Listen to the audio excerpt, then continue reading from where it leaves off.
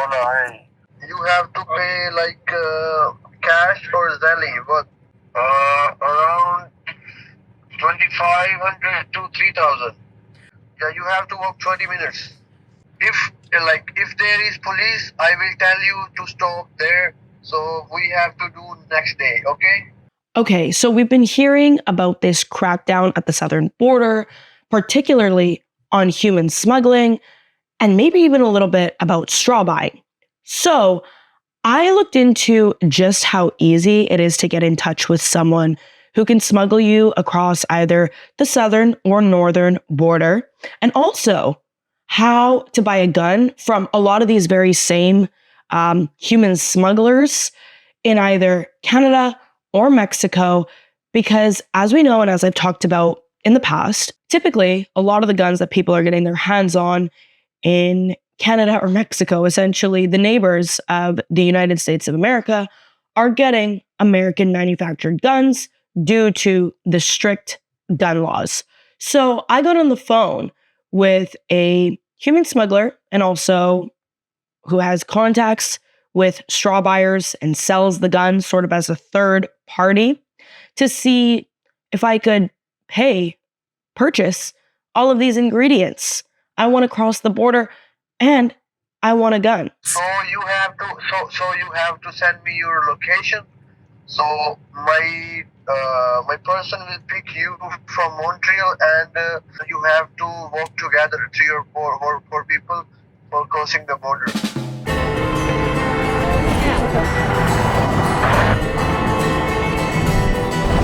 Thank you guys so much for tuning in to another episode of Borderland Dispatches, an Ironclad original with Katarina Szulc. All right, let's set the tone here because I'm going to tell you guys exactly how easy it is to get smuggled across the border and to buy an illegal firearm. Now, for YouTube purposes, this is not a tutorial. This is journalism in its truest form. Now, obviously, when I was doing this, the individuals that I was speaking with had no idea that I was a journalist. I think I have to give that context just because in this case, they did not know they were taking part in this story. They thought that I was actually a buyer of arms and wanting to get across the border. In North America, the borders and the gun laws are literally leaking at the seams. So I wanted to find out just how easy it is to exploit both of these things. Come to find out, it's really easy. First things first, there are multiple legitimate, and I know it sounds crazy to believe, legitimate Instagram pages that are, of course, WhatsApp pages too, but I think Instagram is just like so blatantly out there because it's on social media that was just so much more shocking to me. There are these Instagram pages that literally market illegal border crossing and straw buying. So like they're selling guns, they're willing to take you across the border. These pages are literally called like USA to Canada, Canada to US, Mexico to Canada, Mexico to US. Like whatever it is that you're looking for, you go on there and there's testimonies from people. A lot of the pages I found, it's like people from Asia, so like India, Nepal, and then also Latin America that are, once they're across the border, they're like posing with their faces covered, semi-covered for these smugglers to post on their Instagram page being like, thank you so much, US to Canada, I made it. Or like it's typically the other way around just because of Canada's lax visa requirements. Now, it's also important to keep in mind that when I was doing this investigation, a lot of people were crossing into the US from Canada because they were able to get into Canada without certain requirements that the US has, and then illegally cross through this, over 5,000 mile long unprotected border region into the US. And this is happening typically from the East Coast. So people are getting picked up in Montreal and driven into New York, Vermont, wherever it is. And there's like a drop-off spot. And you essentially, what I was told over the call by like, I spoke to 3 smugglers. One of them was very explicit. Like, he really laid it out for me. Another one was a little confusing in terms of how much he wanted, how he wanted payment. Like, did you want cash? They were like, you could literally pay cash, Zelle, or like remittance, like go to Money Mart or whatever, or crypto. So there was like a lot of ways to pay. Obviously, I just kept saying cash, cash, cash. And then the third guy I spoke to, not in this particular order, was kind of on to me. And he was like, don't ever call me again. Because I asked him how much extra I would have to pay if I wanted to take a bag with me. So I was like, obviously, again, posing as someone who wanted to get smuggled across the border. And when I asked him, can I take a bag across with me? He said, well, what's in the bag? And I said, bad things. And he said, no. And then got freaked out. But the other 2 were like totally fine with it. So let me tell you exactly how this is working, what the cost is, and how it goes down. All right. First things first. This is how we start this operation. So I found these pages. Actually, a law enforcement source sent me these pages saying, hey, Katarina, these are legitimate pages of people smuggling people into the United States from Canada, because the southern border has been pretty secured lately to the point where they've had to kind of like move operations, and there's way more demand for this at the northern border. You should look into it, because Canadian law enforcement is not looking into it because they're strapped for resources. This is word for word what I was told by someone in Canadian law enforcement. Absolutely insane. The fact that there were public Instagram accounts advertising illegal border crossings with like explicit usernames, handles, and yet Canadian law enforcement is like, oh, caught too much on our plate, you know? This is such an easy investigation. Man, I was able to conduct this investigation, okay? And I'm not a cop. Like, actually pretty far from it. Well, I shouldn't say that, but you know what I mean.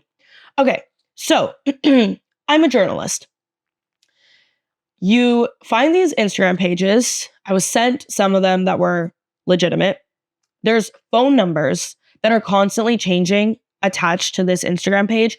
So like there will be a phone number in the bio, but then there's also on the video testimonies that are being posted of people who have been crossed, there's different phone numbers, because obviously these guys have to like keep switching numbers and phones. So called a phone number.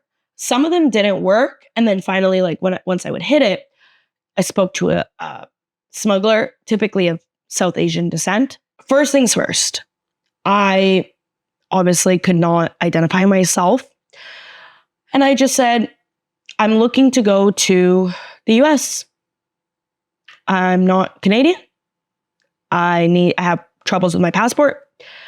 When can I cross? Oh no, you have to pay like cash or Zelle, but around 2,500 to 3,000. Yeah, you have to walk 20 minutes. I literally could have crossed that same day that I called. Keep in mind, I called around 1 p.m. in the afternoon. It's like Uber Eats for human smuggling. I call, I'm like, I want to cross. They're like, send us your location. We can come pick you up right now, drive you to the meeting point.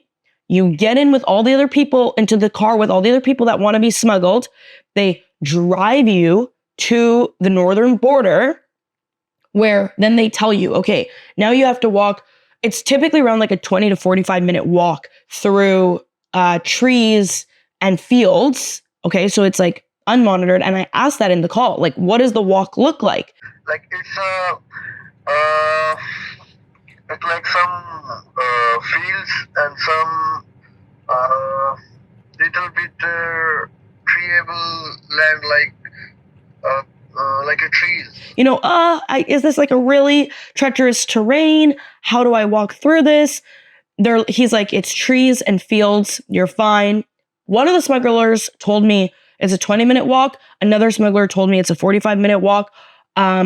Either they were like someone was lying or they just have different routes, one of them being more treacherous than the other.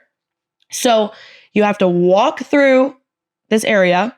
Once you get to the other side, there's a vehicle waiting for you that picks you up and drives you to a meeting point. So you have to send me your location.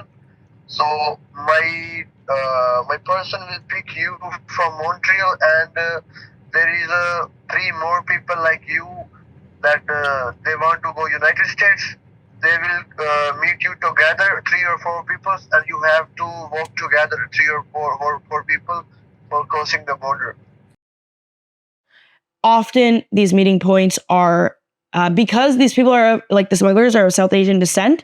They kept telling me the same thing, which is then we'll drive you to a Sikh temple in New York, where then you have to figure out where you're going from there. But that's also where you give payment. And they kept telling me over the phone, do not give money to anyone else that asks you along the way or whatever it is. Just have the money ready to give payment once you're on the other side. I will send you in United States, then I will take your money. Which, you know what, I thought was, side note, but I think that's a really good business model because it's like you pay once you are at your destination, It's like, okay, if all goes to shit, which I asked, I'm like, is it safe? What if law enforcement comes? And they're like, if there is police, I will tell you to stop there. So we have to do next day, okay? We will know if law enforcement is coming and you have to turn around and then we will cross you the following day. And I asked, like, do I get charged again? No. It's you pay once you achieve your desired result, which is ending up in the United States of America. I mean, to be honest, like that's a great business model. I trust them. It's like you pay for what you're getting. So how much, right? First guy I spoke to who got freaked out about me wanting to bring drugs across. That's journalistic purposes again for, whatever. I wasn't actually going to bring drugs across the border. I'm just curious how that would have worked. So the first guy quoted me $5,000 just for me, one person, to get into the US from Canada. Okay. Now that's very hefty. But this guy, keep in mind, has been doing it for a while and has crossed many people over. Another guy I called quoted me only $2,500. Keep in mind, this is Canadian. So this is even less in USD. Okay, do the conversion. You know what? Let me actually do the conversion for you guys right now. All right. So 5,000 Canadian dollars is 3,600 US dollars, and 2,500 Canadian dollars is 1,800 US dollars. Very honestly, I think it's a great price point. So the $2,500 guy, the smuggler who was going to take me across for $2,500, I asked him, how many times have you done this? How do I know that I can trust you? He said he's done it 3 times, which, I mean, if all 3 times were successful, he seemed fairly confident on the phone. I'd probably be like, if I was strapped for cash and I need to get into the US, I would probably be willing to take that risk. Also, it's half the price of the first guy. So you really are paying for what you get.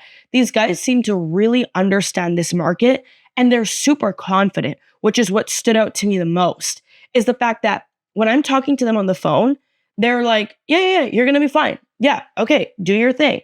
We're going to get you across. Just pay us once you're across.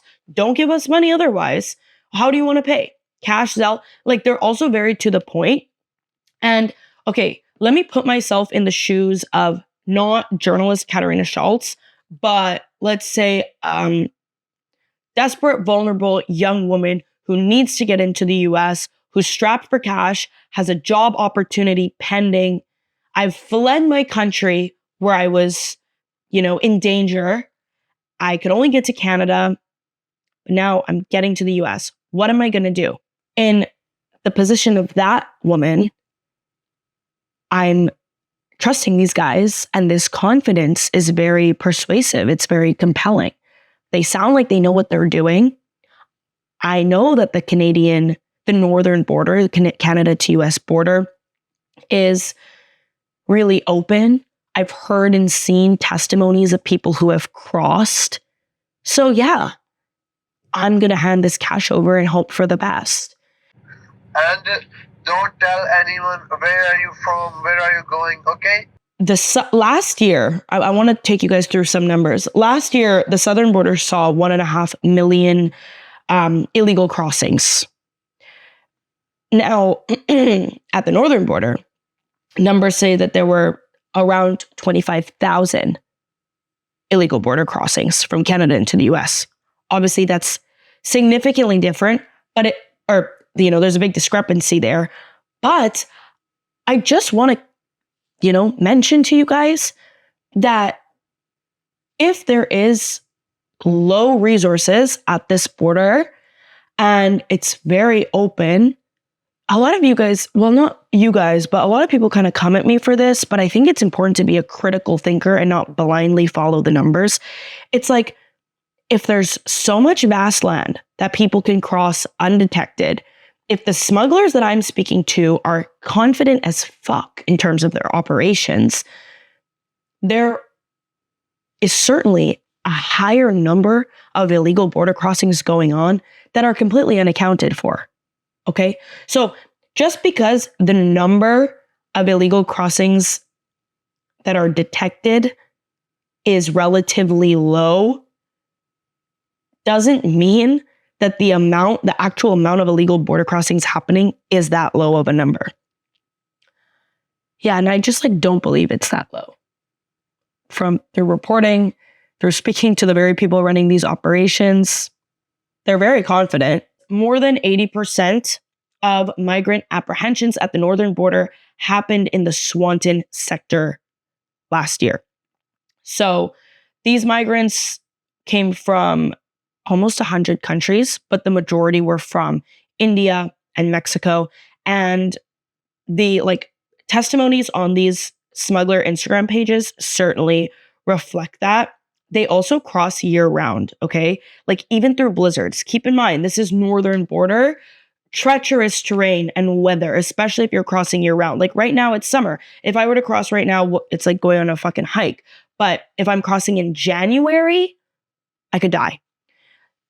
Okay, actually, speaking of that, in the middle of winter, authorities respond weekly to 911 emergency calls from migrants. In January, actually, 6 Haitians, including a 9-year-old girl, got lost in the woods on that walk across, and they were hospitalized. Even a man from Spain last year went to hospital with severe frostbite. So, and we do see stories of people dying crossing during the winter months. It's treacherous terrain, especially in the East Coast during the winter. It's super dry. It's super cold. You're in the negatives. So the Swanton sector that I'm mentioning is actually the area that I would have crossed with these smugglers that I was speaking to. It's basically the US border parts that cover New York, Vermont, and New Hampshire. So it's a pretty large region, and it's also the main region for crossing the northern border. Okay, so now that we've sort of established how to illegally enter the United States from the northern border, I feel like I'm going to get in trouble for saying this stuff, but it's the nature of the job here. Let's get into buying an illegal firearm. On a lighter note, let's talk about how you can illegally buy an American-manufactured gun in countries where you can't really get a gun. You can get a gun in Canada. It's just not that. It's not simple like that. You can't walk into a fucking Cabela's and buy a gun here. Okay, before I tell you just how simple it is to buy an illegal gun in Canada, I'm going to explain how difficult it is to own a legal gun in Canada. So basically, first of all, you have Under the Firearms Act and Criminal Code, the firearms are categorized into basically a few categories. So you have the standard hunting rifles and shotguns, the typical barrel length, like 470 millimeters, semi-automatics, but they can only fire one round per trigger pull. Those are the non-restricted guns. Now, the restricted guns are like handguns, 25 cal. Those are usually prohibited. Semi-automatic center fire rifles or shotguns with barrels that are greater than 470 millimeters. And then guns like the AR-15, whatever. Like that, anything that you kind of see in the movies, restricted. Okay. Then you have the prohibited guns, which are obviously fully automatic firearms, converted automatics, handguns with barrels that are greater than 105 millimeters, unless they're grandfathered. And then basically, like, many models are banned by their name or type. So, for example, like an AK-47. So this is how you get your firearms license. Okay, you have to take a safety course, and then you have to pass like the written and practical exam. You have to be at least 18. And you fill out this like form through the police, through the RCMP, where you provide your ID, reference information. You pay a fee. You have to have a background check that has includes your criminal record, mental health history, domestic violence concerns, and then also your conjugal partner needs to be notified. It's a whole thing. So basically, your whole life is everything's put out. It takes around 6 months for this to even be processed. Once you do have your license, you can buy a gun from a licensed retailer, but you're not allowed to have like any armor piercing or explosive rounds. And then you can store up to 225 kilos of small arms ammunition for personal use. Now, in terms of storing your gun, it has to be unloaded. You cannot have a loaded gun in the house. It needs to be locked, like in a locked container, or in a room if it's not being attended, like a locked container or a locked room. So where can you use your gun? You can only use your gun for hunting if you have your license to carry, but also a hunting license, and at target shooting. So at the ranges, you cannot carry a gun for self-defense in Canada. Okay, Canada does not recognize firearm ownership for self-defense as a legal purpose. There's only like this rare exception in rural cases that have to do with like wildlife. Okay, so your only self-defense is like if you are in an area where there are like the constant threat of polar bears attacking you. So yeah, like no urban city person is going to be allowed to have a gun for self-defense legally. Okay, so basically it's very much complex. And obviously, most people who are operating in organized crime or gangs, whatever it is, they're criminals. Even if they were to apply for a legal gun, they would not get it.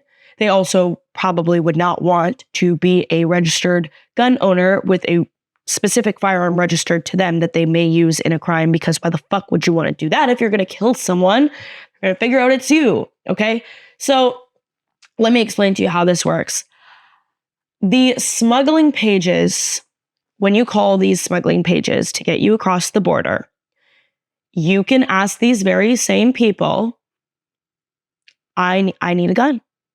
And I mean, for me, it was fairly simple because I would just say, I need a gun for self-protection. I'm very scared. I'm a young woman. I'm living in a country that I don't really feel safe in, that I don't know. It's not my home country. That was the kind of role that I was playing with these guys. And I really need to get a gun. How do I do this? And they put you in contact with the very people that work with them who are purchasing guns in the United States, or they're purchasing it from a straw buyer from the United States. A lot of these guys drive up to New York, like the Swanton region, from Florida, and supply a ton of arms. And the price is hefty, okay? You are paying I was quoted around $5,000 for a regular Glock, okay? And no ammunition, nothing, just baseline. And that's because these guys know that there is a major demand for illegal firearms in Canada. They can jack up the prices to the max. So, according to CSIS, which is Canadian Intelligence Agency, essentially, there are around, as of 2022, there were around 250,000 illegal firearms circulating in Canada.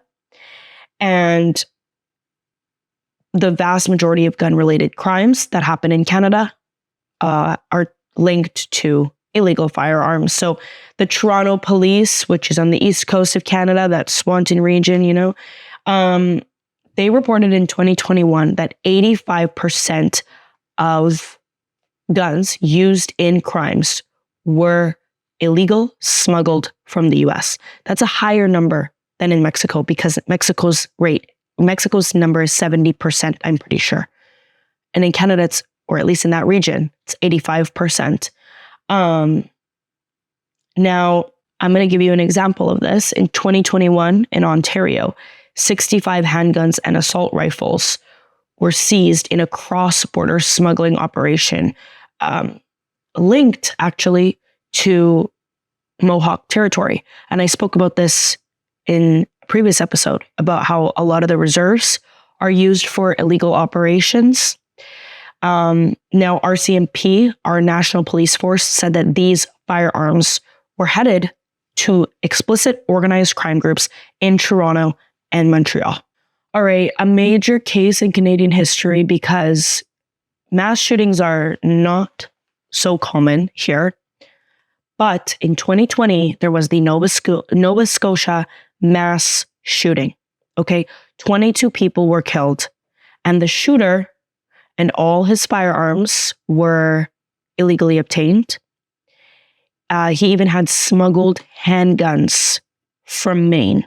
Okay, this 51-year-old man committed multiple shootings at 16 different locations in Nova Scotia, and he killed 22 people and then killed himself. This was like, I remember when this happened, it was like this crazy fucking manhunt. He was on the run and just like killing people. It was extremely traumatizing. This is a very sad news story. And all of his guns were illegally owned. Okay. Now, for him to own this amount of illegal guns, it's very expensive. I was quoted $5,000 for a gun that I could probably purchase in the US for a quarter of that price. Moral of the story here, people, as of right now, I'm being told over and over again that law enforcement is strapped for resources and these things are happening and there's nothing being done about it. I mean, if I could have gotten smuggled from Canada into the US within the same day that I am made aware of this Instagram page, I contact the WhatsApp number, I get the cash, and I can go. Imagine how simple it is for everyone else. Same thing with the gun. Absolutely crazy. I can meet someone in a Walmart parking lot in a suburban area on the east coast of Canada and be sold an illegal firearm cash, no questions asked. Thank you guys so much for tuning in. I hope you enjoyed this episode and this breakdown was useful. Be sure to tune in to previous episodes that I've done because I also give a lot more context to everything that I talk about. This is all cumulative, right? Because we just gather the information and all these stories kind of tie into each other. Be sure to like, subscribe, share, rate, you name it. This was your episode of Borderland Dispatches, an Ironclad original with yours truly, Katarina Szulc. And as always, see you next time.